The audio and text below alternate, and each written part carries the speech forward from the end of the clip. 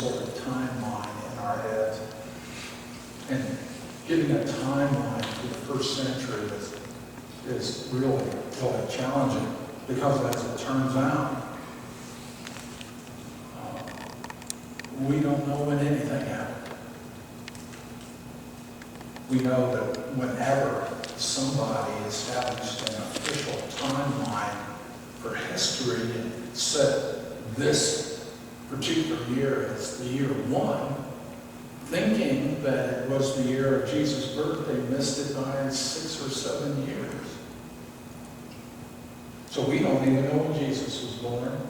We don't know how many years he was actually in ministry. We think we know this, and perhaps we know that, but we really don't. We don't know exactly what year that first Pentecost happened. And we cannot trace very much about the development of the early church. When we look at today's passage, for example, we have some clues. We know that Pentecost is behind them, that the great revolution of the Spirit has been well underway, that there's been time to try to organize the church, particularly in regards to the way it ministers to those in need.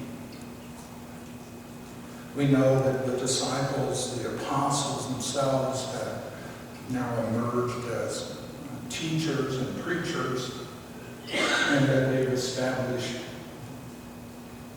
deacons to make sure that the physical labor of feeding the hungry and tending to the needs of many, they've been established. Has it been 3 months since Pentecost or 3 years? I don't know. But we do know that among the first 7 deacons, one of them seems to rise to the top. One of them seems to get notable attention in this book of the history of the church, and his name is Stephen. I don't know if he worked harder or he talked more, but he was noticed. And he had a courage that others didn't seem to have. Courage not only to speak up of his faith in front of those who were friendly toward him and loved hearing every word, but courage to speak in public where he had no idea what kind of response he would receive. And when he was pulled on the carpet and told to appear before the powers that be, he had courage to tell them what he thought as well. We catch the tail end of Stephen's earthly ministry in today's passage. I'll be reading words in yellow and invite you to read aloud together those in white. While they were stoning him, Stephen prayed, "Lord Jesus, receive my spirit." Then he fell on his knees and cried out, "Lord, do not hold this sin against them." When he had said this, he fell asleep. And Saul approved of their killing him. On that day, a great persecution broke out against the church in Jerusalem, and all except the apostles were scattered throughout Judea and Samaria. Godly men buried Stephen and mourned deeply for him. But Saul began to destroy the church, going from house to house. He dragged off both men and women, put them in prison. People in power tend to bully, often because they're convinced that their way is the right way. The most dangerous people on the planet are those who are convinced that their way is the right way. Even more so, if they're convinced that their way is the right way, is God's way. Because when people think God is on their side, it's amazing the atrocities they're willing to perform. The Roman world, the Roman Empire, was clearly one of the most powerful governments in early human history.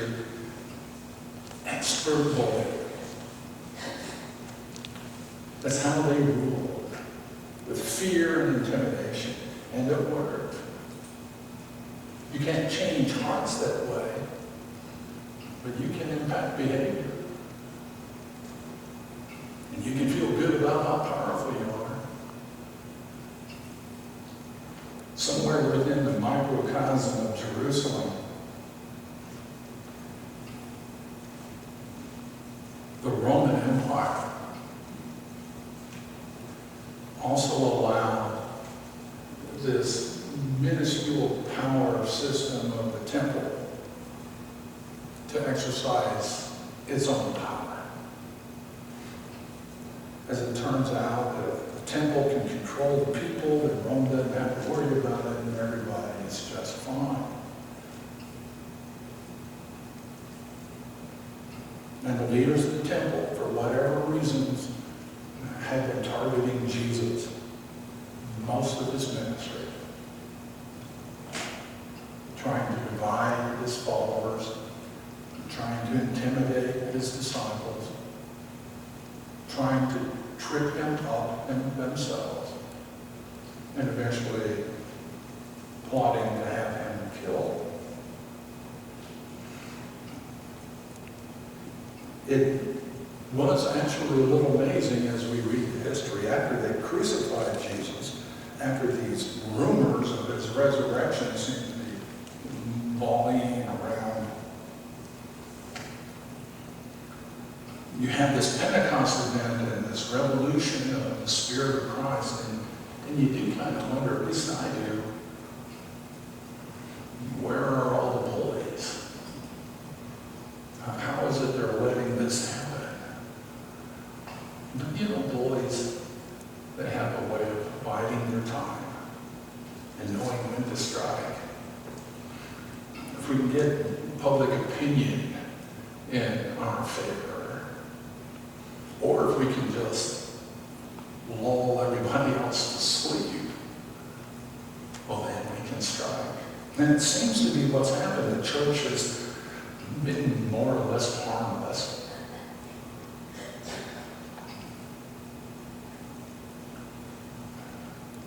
But Stephen has gotten in their faces.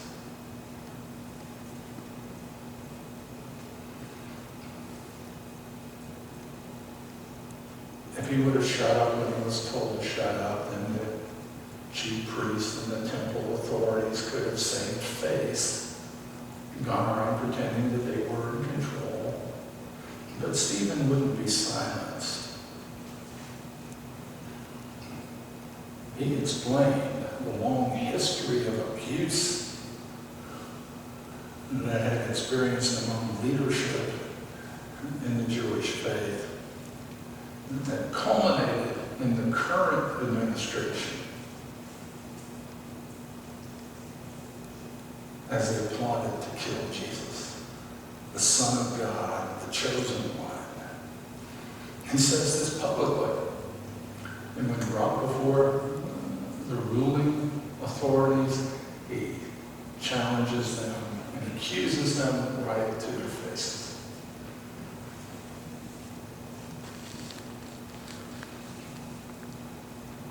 So they acted in their own minds, well within their rights, accusing him of blasphemy. Certainly he was disrespectful.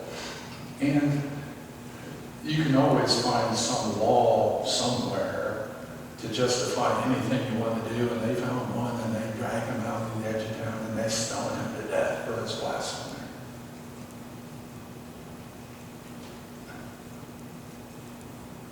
We'll make an example of him.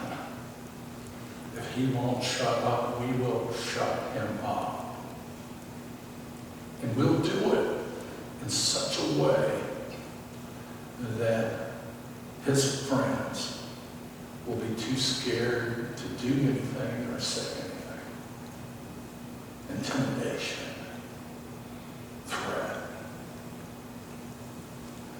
And besides, we have the law on our side. He's a blasphemer. And so they stone him to death.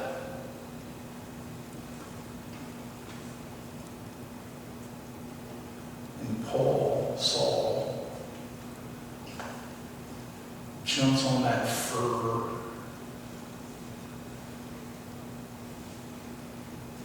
And starts driving men and women and children out of their homes in Jerusalem. Men and women and children dragged out onto the streets, put in their places.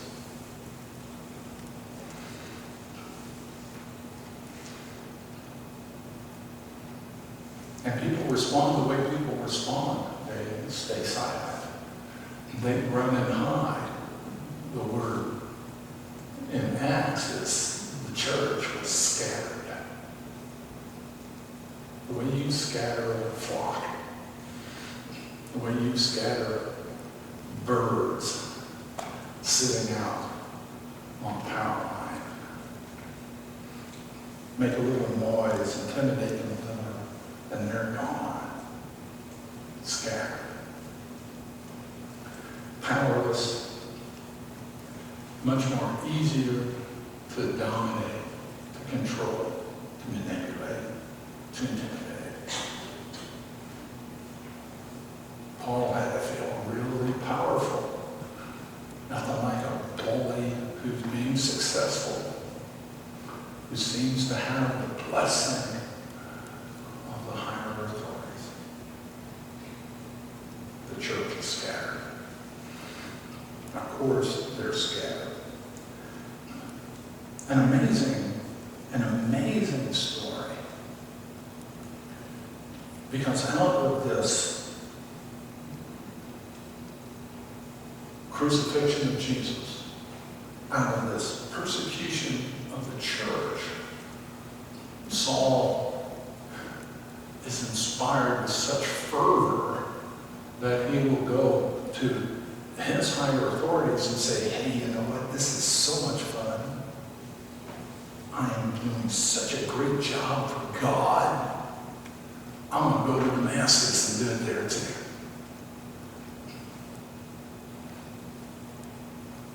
Without all of these earlier events building up to that fervor, Saul would have never been on the road to Damascus. He could have never been converted. It's impossible to tell whether any other person on the planet could have helped the Christian faith spread into the Gentile world the way he did. So now God has this way of bringing redemption out of the most cruel human activity.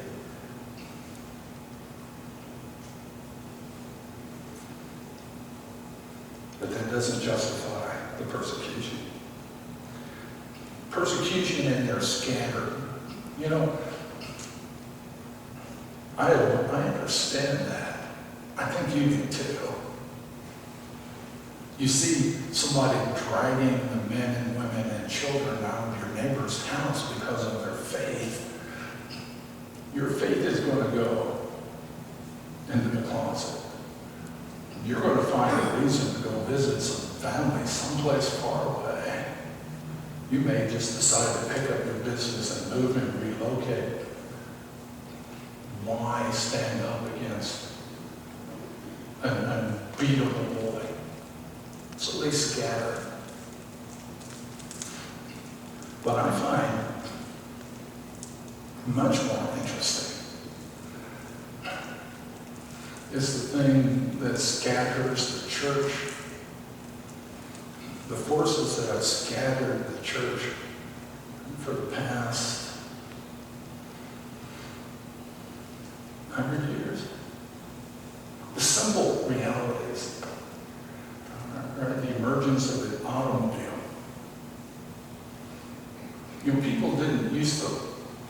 home all that often. The town down the road was still a day's travel. Their family far away were weeks or months away. So everybody would settle. Their home, their life, their church, everything was central to what they did. Automobiles, followed by the emergence of interstate highways. It's amazing.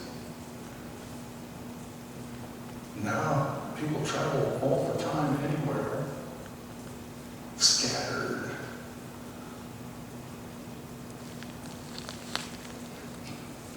You know as well as I do, there was a time when your primary social life was around the church, but this was 100 years ago. This was grandma and grandpa.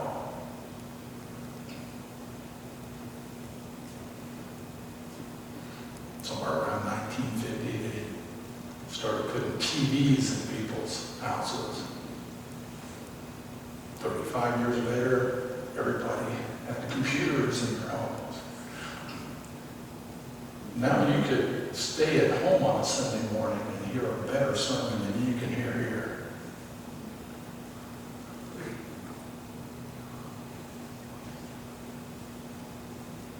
Scatter.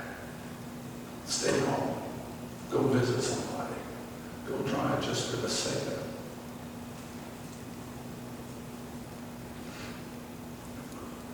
it. Intersperse some social conflict and some political differences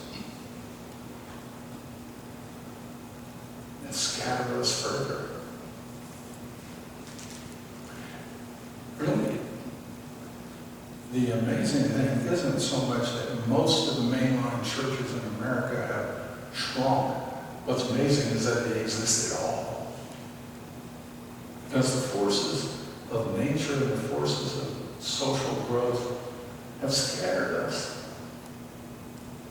Just a few, a relative few of us, for whatever reason, are hanging on.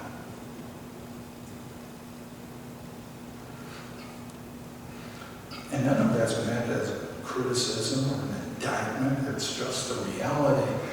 And in the midst of all of these forces that naturally scatter us, I think it's impressive to look at the forces that still hold us together.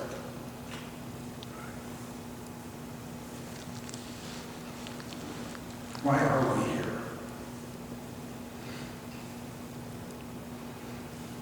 What force is at work? With so many other options. What brought us to this place and to this gathering today?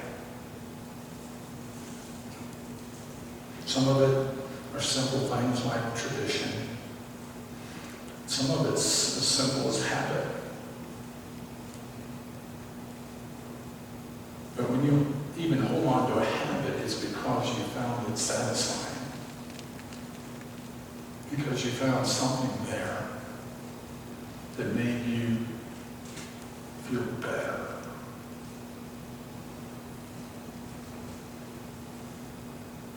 What is it that brought you here? Is it because you're wounded and you know you can find healing here? Is it because you know that you are well and that you discovered you can be a healer here? Is it because you have discovered you still have so much more to learn? Or that perhaps you have so much more yet to teach? Is it just because you like to go somewhere where you're loved? Where you can be honest? Is it just because there's something within you that drives you to love others? It's not all just heritage. It's not all just tradition. It's not all just because it's familiar. It's not all just because of the history that we have shared. is because of a spirit that is still alive today.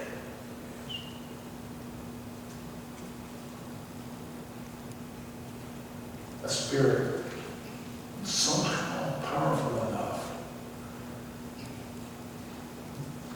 to survive the forces that scatter us.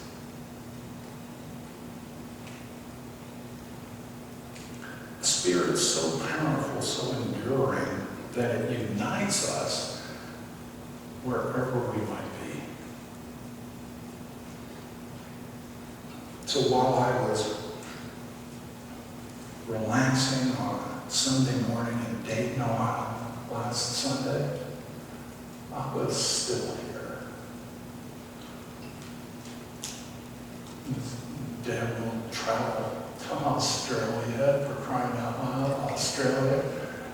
She will still be here. When we go and visit family, or we go and grieve, or we go and celebrate events in family life, though we may be absent, we are still here. Though our earthly life comes to an end and our spirit is cold away, yet it remains here. Because this spirit that unites us in the forces, in the midst of the forces that scatter us, is an eternal spirit. We may not have been able to identify, we may not know language, we may not be able to describe it, but there's something eternal that we've found. And no matter what tries to drive us apart, we're clinging to it for life's sake.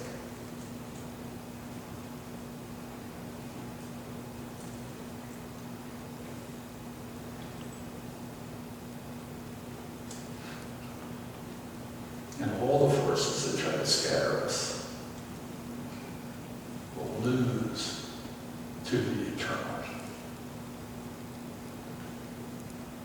May God always help us see the true blessedness of being gathered, of being united, of being part of something bigger than ourselves, of being able to do more together than we could possibly do separately, of needing each other's insight and encouragement and wisdom and correction. May God always help us see why we're here. Let us pray. We are grateful, O God, for the evidence you provide, for the rich memories we enjoy and the great potential that remains ours because we are yours. For your Spirit moves among us and makes us stronger. It helps us know not only that we are loved, but learn how to love. In the midst of everything that distracts us and scatters us, oh God, continue to let your Spirit hold us together and draw us close to you. In Jesus' name, amen.